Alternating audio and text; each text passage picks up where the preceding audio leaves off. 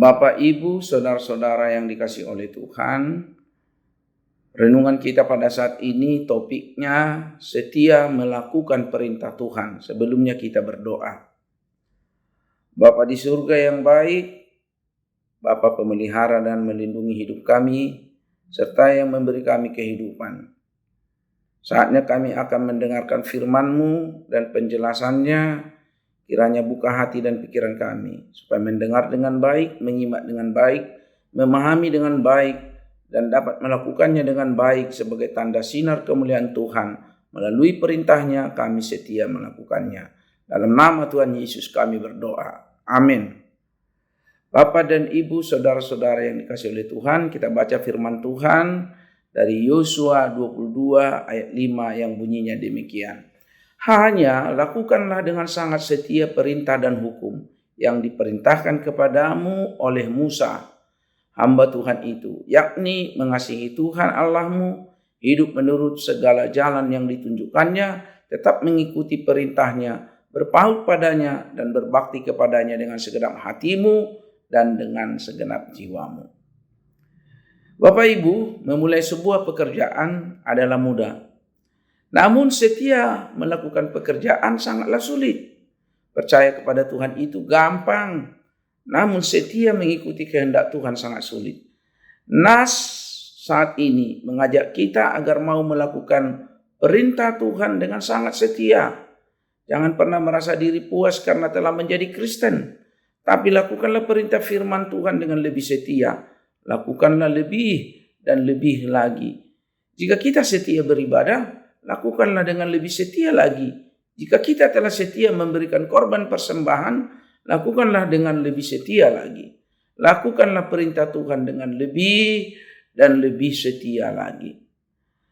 Bapak, Ibu, saudara-saudara yang dikasihi oleh Tuhan, setelah seluruh tanah Kanaan ditaklukkan oleh Yosua dan orang Israel, lalu diserahkan sebagai tanah pusaka kepada suku Ruben, Gad, dan setengah suku Manase yang tinggal di tepi timur Sungai Yordan, Yosua menasihatkan agar tetap setia pada firman dan hukum yang diperintahkan oleh Musa.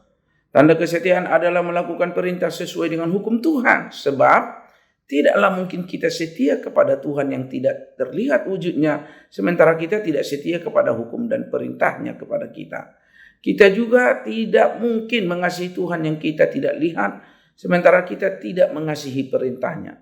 Dalam kehidupan di keluarga, lingkungan pekerjaan, kehidupan berjemaat, bermasyarakat, dan di tengah-tengah kehidupan kita dalam komunitas sosial lainnya, kesetiaan menjadi ukuran keberlanjutan dan intensitas hubungan para anggota.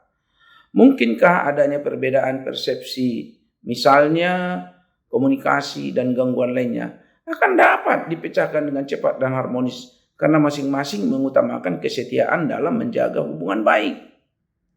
Karena itu Bapak Ibu, memulai sebuah pekerjaan seperti kita katakan tadi adalah mudah, tapi untuk setia melakukan pekerjaan tersebut bisa hampir bablas dan sulit. Begitu juga percaya kepada Tuhan itu bisa saja dan gampang, namun setia mengikuti kehendak Tuhan adalah sangat sulit. Nas kita menampakkan suatu pesan yang sangat serius dalam kehidupan kita. Mengasihi Tuhan Allahmu, hidup menurut jalan dan yang ditunjukkannya. Tetap mengikuti perintahnya, berpaut padanya, dan berbakti kepadanya dengan segenap hatimu, dengan segenap jiwamu. Memberikan panduan, motivasi, komitmen untuk setia dengan firman Tuhan. Kita harus melakukan perintah Tuhan dengan sangat setia. Jangan pernah sekali lagi merasa diri puas karena telah menjadi Kristen. Tapi lakukanlah perintah firman Tuhan untuk lebih jelas dan lebih setia lagi. Lakukanlah dengan segenap hati dan dengan segenap jiwa. Sebagai orang Kristen yang percaya Yesus Kristus, kita memandang kesetiaan sebagai salah satu bentuk rasa syukur kita kepada Tuhan. Kesetiaan juga membawa kita semakin intim dengan Tuhan. Dia rela mengorbankan anaknya yang tunggal di kayu salib agar hubungan kita dengan Bapa itu dipulihkan. Karena itu, setialah sampai mati agar kita beroleh mahkota kehidupan. Jemaat yang dikasihi Tuhan, Bapak Ibu seiman di dalam Kristus, dari renungan firman Tuhan ini kita orang percaya pada Yesus menemukan 5 hal setia untuk melakukan hukum Musa tersebut, yakni mengasihi Tuhan Allah, itu yang pertama. Yang kedua, hidup menurut segala jalan Tuhan. Yang ketiga, mengikuti perintah Tuhan. Keempat, berpaut dan berbakti kepadanya. Dan terakhir yang kelima, setia, tulus dan murni berpaut segenap hati dan segenap jiwa kepada Tuhan. Sekarang pertanyaannya, mengapa kita harus setia menjalankan perintah Tuhan? Pertama, karena kesetiaan adalah bukti kita mengasihi Dia. Dapat kita lihat di Yohanes 14 ayat 1 dan 15. Ingatlah, Tuhan sudah terlebih dahulu menyatakan kasih-Nya kepada kita. Yesus Kristus mengorbankan dirinya di atas kayu salib saat kita masih dalam dosa. Sekarang kita mengasihi Tuhan karena Dia yang lebih dahulu mengasihi kita. Apa yang menjadi bukti bahwa kita mengasihi Dia? Sederhana saja untuk menjawab itu. Kita taat kepada apa yang diperintahkannya.